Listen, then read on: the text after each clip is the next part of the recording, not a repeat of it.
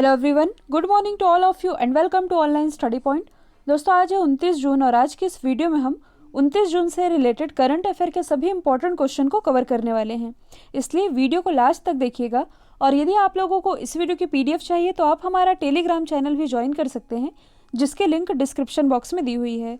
और यदि आप चैनल पर नए हैं तो चैनल को सब्सक्राइब कर लीजिए, साथ ही बेल आइकन दबाना बिल्कुल मत भूलिएगा, ताकि आप लोगों को हमारे किसी भी नए वीडियो की नोटिफिकेशन सबसे पहले मिल सके। तो चलिए स्टार्ट करते हैं हमारा पहला क्वेश्चन। हाल ही में केंद्र सरकार ने पशुपालन बुनियादी ढांचा विकास फंड, या इसे आप कह सकते हैं animal husbandry infrastructure development fund, इसके लिए कितनी राशि की मंजूरी दी गई है? तो सेंट्रल गवर्नमेंट के द्वारा इस फंड के लिए मंजूरी दी गई है कुल 15,000 करोड़ रुपए की।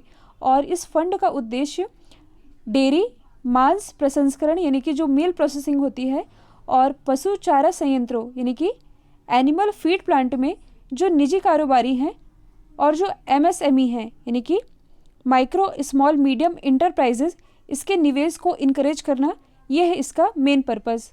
और ये जो फंड है स्पेशली कोविड-19 के कारण जो लॉकडाउन लगने के बाद लोगों पर प्रभाव पड़ा है, उनके हेल्प करने के पर्पस से इसे लॉन्च किया गया है। अच्छा, आप लोगों को ये भी मालूम होना चाहिए कि प्रेजेंट टाइम में हमारे एनिमल हस्बेंड्री मिनिस्टर कौन है? तो ये है गिरिराज सिंह, और इनकी कॉन्स्टिट्यूंसी क्या है? तो ये है बेगूसराय। तो AHIDF के लिए मंजूरी दी गई है कुल 15,000 करोड़ रुपए की, तो ये आप याद रखेंगे। नेक्स्ट क्वेश्चन है, कौन सा देश मार्च 2021 तक हिंद महासागर में अपना पहला स्थायी सैन्य अड्डा स्थापित करेगा?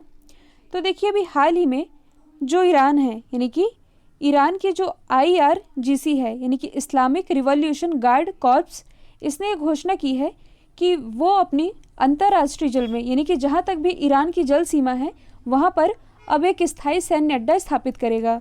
और कहाँ करेगा? हिंद महासागर में। आप देख सकते हैं ईरान की लोकेशन ये स्थित है एशिया महाद्वीप में, ये है हिंद महासागर, जहाँ पर ये स्थायी सैन्य अड्डा स्थापित करने जा रहा है। ईरान की यदि हम बात करें तो कैपिटल क्या है? तेहरान। करेंसी क्या है? तो देखिए, इसकी करेंसी तो थी ईरानी रियल, लेकिन पिछले ही महीने आप लोगों को मैंने पढ़ाया था कि इसने अब अपनी करेंसी बदलने का फैसला किया है। तो अब ईरान की करेंसी होगी टोमान, और एक टोमान ये बराबर होगा 10,000 रियल के। ये हुई कैपिटल और करेंसी। और कुछ समय पहले ही जो इस्माइल कानी हैं, ये बनाए गए हैं ईरान के नए कमांडर। कासिम सुलेमानी की मौत के बाद इस्माइल कानी को अब ईरान का नया कमांडर नियुक्त किया गया है। मैप को थोड़ा यदि आप जूम करके देखेंगे तो ईरान से लगा हुआ ये जो एरिया आप देख रहे हैं, ये है कैस्पियन सी यानी कि कैस्पियन सागर, जो कि विश्व में सबसे खारे पानी की झील है। और जो ईरान है ये इस कैस्पियन सागर से बॉर्डर शेयर कर रहा है। नेक्स्ट है, हाल ही में किस राज्य सरकार ने मुख्यमंत्री दूरवर्ती शिक्षा कार्यक्रम की शुरुआत की है? तो इसकी शुरुआत अभी हाल ही में की है हरियाणा गवर्नमेंट ने। तो देखिए, लॉकडाउन के दौरान बच्चों की बेहतर शिक्षा की दिशा में ये एक महत्वपूर्ण कदम उठाया है हरियाणा गवर्नमेंट ने। और इसके लिए हरियाणा गवर्नमेंट ने रिलायंस जियो TV के साथ एक समझौता किया है। और इस समझौते के तहत अब जो एजुसेट है, एजुसेट के 4 चैनल फ्री में अवेलेबल कराए जाएंगे। इससे जो स्टूडेंट है ये TV, मोबाइल और लैपटॉप के थ्रू एजुसेट के ये चारों चैनल फ्री में देख सकेंगे। और देखिए, इस फ्री चैनल पर जो भी कंटेंट प्रोवाइड कराया जाएगा ये 1 वीक तक अवेलेबल रहेगा, यानी कि इस 1 वीक के अंदर अंदर स्टूडेंट जब चाहें, उनके पास टाइम हो, इस 1 वीक के अंदर इस चैनल का फ़ायदा उठा सकते हैं, जो कि फ्री में प्रोवाइड कराया जा रहा है।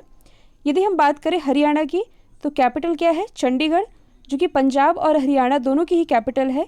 और जो चंडीगढ़ है ये केरोसिन मुक्त भारत का पहला शहर है, जबकि केरोसिन मुक्त भारत का पहला जिला ये है गुजरात का गांधीनगर। हरियाणा के मुख्यमंत्री कौन है? तो ये हैं मनोहर लाल खट्टर। आप मैप में देख सकते हैं हरियाणा की लोकेशन, ये किन किन राज्यों के साथ बॉर्डर शेयर कर रहा है। अच्छा, हरियाणा के गवर्नर कौन है? तो ये हैं सत्यदेव नारायण आर्य। कुछ इंपॉर्टेंट नेशनल पार्क यदि हम बात करें जो कि एग्ज़ाम का पार्ट बनती हैं, तो सुल्तानपुर नेशनल पार्क और कलेसर नेशनल पार्क, ये दोनों ही स्थित है हरियाणा में ही। नेक्स्ट है, हाल ही में स्विस बैंकों में जमा पैसों के मामले में कौन सा देश पहले स्थान पर रहा है? तो देखिए, अभी हाल ही में SNB यानी कि स्विस नेशनल बैंक ने अपना एनुअल बैंकिंग स्टैटिस्टिक्स 2019 जारी किया है, जिसके अनुसार स्विस बैंकों में जमा पैसों के मामले में जो देश पहले स्थान पर है ये है ब्रिटेन। अच्छा, ब्रिटेन है पहले स्थान पर, दूसरे स्थान पर है अमेरिका, तीसरे स्थान पर है वेस्ट इंडीज़। तो इंडिया की क्या रैंकिंग है? तो इसमें भारत का है 77वां स्थान। यदि हम बात करें स्विस नेशनल बैंक की, तो इसका हेडक्वार्टर कहाँ स्थित है? तो इसका हेडक्वार्टर स्थित है ज्यूरिख स्विट्ज़रलैंड में। और इसके अध्यक्ष कौन है? तो ये हैं थॉमस जॉर्डन। तो इनका नाम भी आप याद रखेंगे। अब देखिए, ब्रिटेन है पहले स्थान पर, तो इसे आप मैप में देख सकते हैं। ये है ब्रिटेन की लोकेशन। कैपिटल क्या है? लंदन। करेंसी है पाउंड स्टर्लिंग। और प्राइम मिनिस्टर कौन है? तो ये हैं बोरिस जॉनसन। देखिए, जो ब्रिटेन है ये क्लाइमेट इमरजेंसी लागू करने वाला विश्व का पहला देश है। साथ ही अभी हाल ही में जो ब्रिटेन है ये यूरोपीय यूनियन से भी अलग हो चुका है। आप मैप को थोड़ा जूम करके देखेंगे तो ये तो है ब्रिटेन, इसके यहाँ पर यानी कि नीचे में है फ्रांस, और इन दोनों के ही बीच में स्थित है डोवर स्ट्रेट। तो ये भी आप याद रखेंगे। नेक्स्ट है, हाल ही में किस राज्य ने महापरवाना योजना का शुभारंभ किया है? तो इसकी शुरुआत अभी हाल ही में की है महाराष्ट्र गवर्नमेंट ने। तो देखिए, अभी हाल ही में महाराष्ट्र गवर्नमेंट ने निवेश यानी कि इन्वेस्टमेंट को बढ़ावा देने के लिए इस योजना की शुरुआत की है। और महाराष्ट्र में जो उद्योग हैं उन उद्योगों में नए इन्वेस्टमेंट को आकर्षित करने के लिए इस योजना की शुरुआत की गई है, ताकि जो नए लोग हैं यानी कि जो नए इन्वेस्टर्स हैं वो महाराष्ट्र आएँ और महाराष्ट्र के उद्योगों में अपना पैसा लगाएं। और इसके लिए एक फैसिलिटी भी प्रोवाइड कराई जा रही है। देखिए, जो लोग या जो भी कंपनी महाराष्ट्र के उद्योगों में 50 करोड़ या उससे ज़्यादा इन्वेस्ट करेगी उन्हें काफ़ी सारी छूट और फैसिलिटी भी प्रोवाइड कराई जाएगी महाराष्ट्र गवर्नमेंट के द्वारा। यदि हम बात करें महाराष्ट्र की, तो आप देख सकते हैं ये किन किन राज्यों के साथ बॉर्डर शेयर कर रहा है। महाराष्ट्र की कैपिटल क्या है? मुंबई। मुंबई जो कि टैप वाटर रैंकिंग में पहले स्थान पर रही है। और इसी मुंबई में यानी कि अरब सागर में भारत का पहला तैरता हुआ बास्केटबॉल कोर्ट स्थापित किया गया है, जो कि स्थित है मुंबई में ही। मुख्यमंत्री कौन है? तो ये हैं उद्धव ठाकरे। गवर्नर कौन है? भगत सिंह कोश्यारी। महाराष्ट्र उच्च न्यायालय के मुख्य न्यायाधीश अभी हाल ही में बनाए गए हैं, इनका नाम है दीपंकर दत्ता। लोकसभा सीटें आती हैं 48, जबकि राज्यसभा सीटें आती हैं कुल 19। एक और चीज़ आप याद रख सकते हैं, कोविड-19 के लिए समर्पित देश का पहला हॉस्पिटल ये स्थापित किया गया है मुंबई में, और इसका नाम क्या है? 7 हिल्स हॉस्पिटल। नेक्स्ट है, किसने पर्सनल लोन के लिए मोबाइल ऐप नवी लैंडिंग लॉन्च किया है? तो देखिए, ये भी हाल ही में लॉन्च किया गया है सचिन बंसल के द्वारा। देखिए, सचिन बंसल की एक स्टार्टअप कंपनी है जिसका नाम है नवी, इसी के ही द्वारा इस एप्लीकेशन को लॉन्च किया गया है। इसके अंतर्गत 5 लाख रुपए तक का पर्सनल लोन लिया जा सकता है, जिसे चुकाने के लिए 36 महीनों का यानी कि 3 साल का समय दिया जाएगा। खास बात यह है कि इसका पेमेंट आप डिजिटली भी कर सकते हैं, और इसे ही लॉन्च किया है सचिन बंसल ने। देखिए, जो सचिन बंसल की स्टार्टअप कंपनी है नवी, इसकी स्थापना हुई थी 2018 में। हेडक्वार्टर स्थित है बेंगलोर कर्नाटक में। और जो सचिन बंसल है और बिन्नी बंसल हैं, इन दोनों ने ही मिलकर वर्ष 2007 में प्रसिद्ध ई कॉमर्स कंपनी फ्लिपकार्ट की भी स्थापना की थी, और इसका भी हेडक्वार्टर स्थित है बेंगलोर कर्नाटक में। अच्छा, विजय शेखर शर्मा ये कौन है? तो ये हैं पेटीएम के संस्थापक। जबकि राम सेवक शर्मा ये हैं ट्राई के अध्यक्ष यानी कि telecom regulatory authority of India, इसके अध्यक्ष है राम सेवक शर्मा। नेक्स्ट है, हाल ही में किस राज्य में एक labour case management system develop किया गया है? तो देखिए, ये भी हाल ही में डेवलप किया गया है ओडिशा में। और इस पहल से सभी वकील या अपोजिशन पार्टी का चाहे कोई भी व्यक्ति हो, हितधारक, दावेदार, श्रमिक, या इसे आप कह सकते हैं स्टेक होल्डर्स, क्लेमेंट वर्कर्स, कोई भी हो, इन सभी को कर्मचारी मुआवजा अधिनियम 1923 और न्यूनतम मजदूरी अधिनियम 1948 के तहत सभी मामलों को ऑनलाइन ट्रैक करने की सुविधा दी जाएगी, जिसकी शुरुआत की है ओडिशा ने। यदि हम बात करें ओडिशा की, तो आप देख सकते हैं इसकी लोकेशन, ओडिशा की राजधानी है भुवनेश्वर, और भुवनेश्वर में स्थित है लिंगराज मंदिर और कलिंगा स्टेडियम। मुख्यमंत्री कौन है? तो ये हैं नवीन पटनायक। और जो नवीन पटनायक है, इन्हें कुछ समय पहले ही पेटा इंडिया के द्वारा हीरो टू एनिमल अवार्ड से सम्मानित किया जा चुका है। गवर्नर कौन है? गणेशी लाल। लोकसभा सीटें आती हैं 21, राज्यसभा सीटों की संख्या 10, जबकि विधानसभा सीटें आती हैं कुल 147। इंपॉर्टेंट नेशनल पार्क की यदि हम बात करें, तो भीतरकनिका नेशनल पार्क और सिमलीपाल नेशनल पार्क, ये दोनों ही स्थित है ओडिशा में।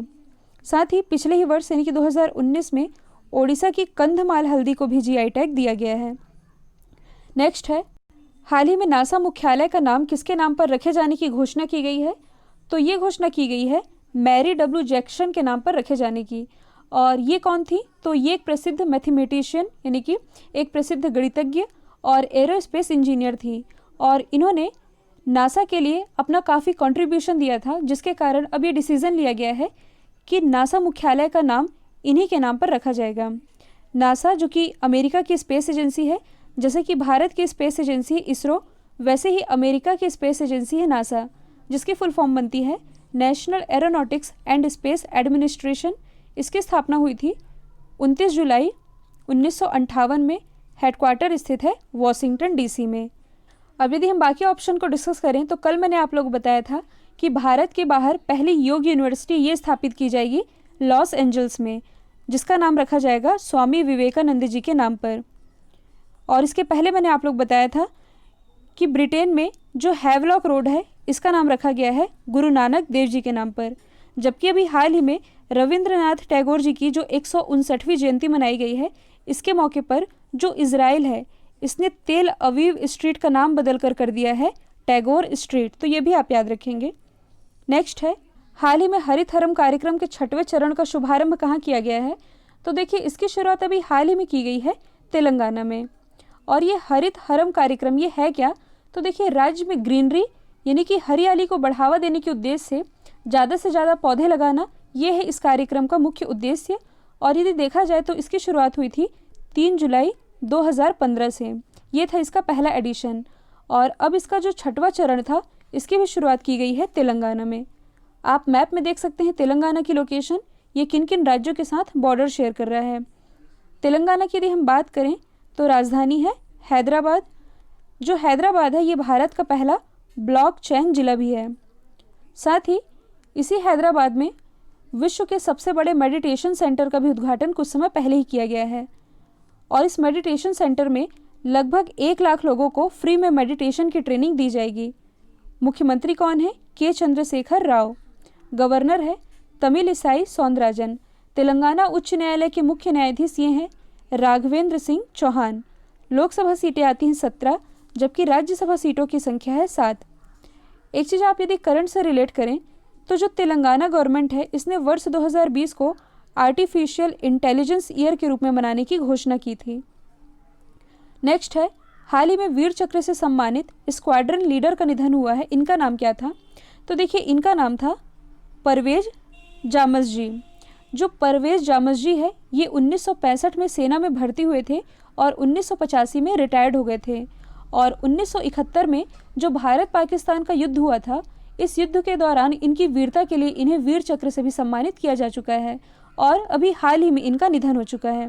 अब यदि हम बाकी ऑप्शन को डिस्कस करें तो हाल ही में तमोनाज घोष, इनका भी निधन हुआ है।